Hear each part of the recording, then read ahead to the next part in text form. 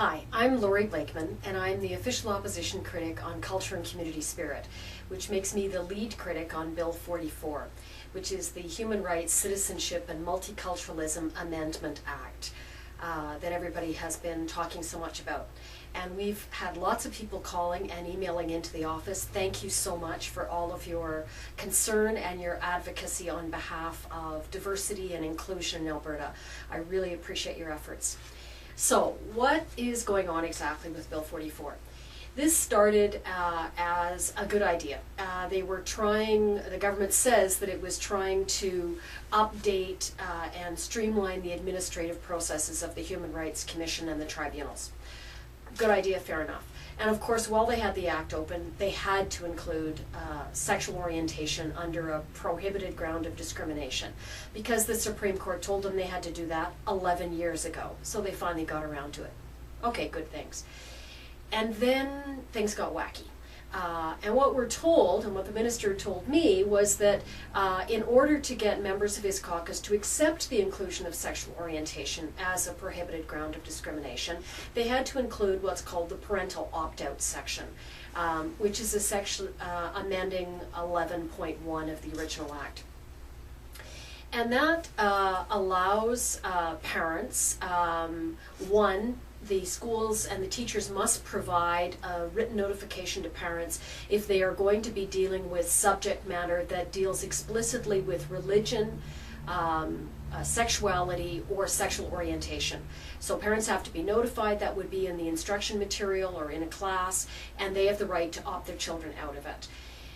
This section has created havoc, chaos, and I am very, very much against it.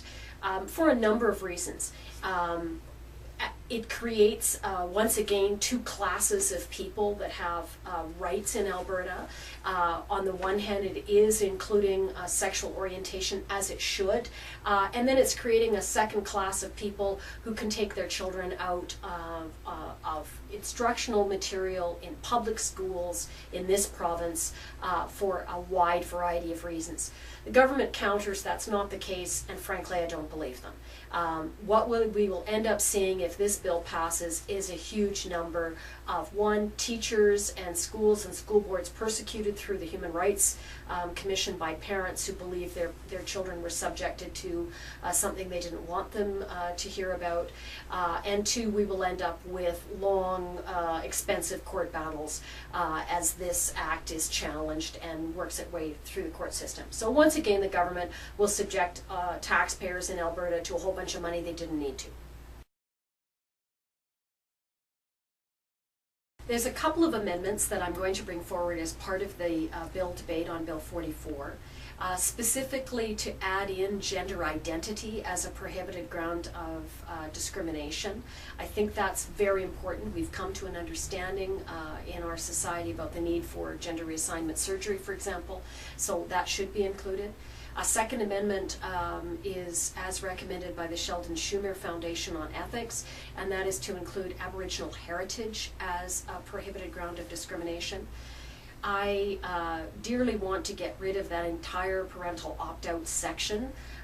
It is making this bill into a mess and creating chaos, and it needs to go.